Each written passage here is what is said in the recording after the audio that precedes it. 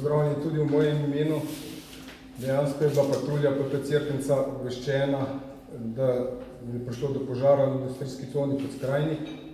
Na kraj je bila napotena patrulja, ki je takoj obvestila operativno-komunikacijski center v Ljubljana, da gre za požar večje razsežnosti. Vodja izmene je takoj ocenil, da bo potrebno dodatna pomoč pri zagotavljanju varnosti oziroma izvajanju nalog policije pri intervenciji ostalih služb. Zato je na kraju napotil dodatno število policistov. Na kraju je bilo tako 20 policistov, od tega 2 starešine, ki sta predvsem koordinirali delo med štabom civilne zaščite in policisti na kraju. Moram reči, da je bilo to dejansko sodelovanje z vsemi službami vzorno. Dejansko so policisti za ukaz vodje intervencije zaprli to cesto, ki pelje mimo industrijske cone in zagotovili, da je bil organiziran obvoz po cesti mimo Rakovega Škocjana ali pa stara cesta Rakek Cerknica za tiste, ki to cesto poznajo.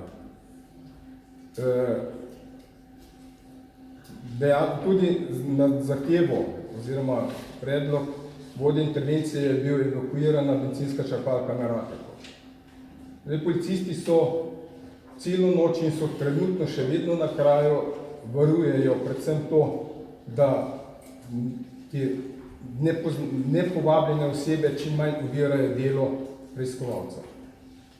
Včeraj, ko je bila to intervencija, so policisti varovali predvsem to, oziroma onemogočali dostop nepovabljenih oseb, da so gasilci lažje opravljali svoje delo.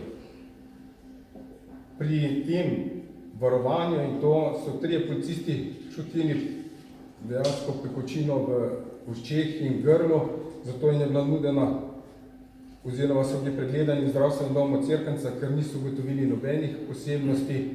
Dejansko jih je osebni zdravnik napotil oziroma dal svetoval, naj si oči in grlo čim več stirajo. Če bo imeli pa še težave naprej, pa naj grejo k svojemu osebnemu zdravniku. Trenutno ogled še vedno poteka, kriminalisti upravljajo ogled, ugotavljajo, zaradi česa je prišlo do požara, ugotovitve, verjetno, da ne bojo poznane še danes, ampak bojo verjetno nadaljevali še jutri z ogledom. Hvala.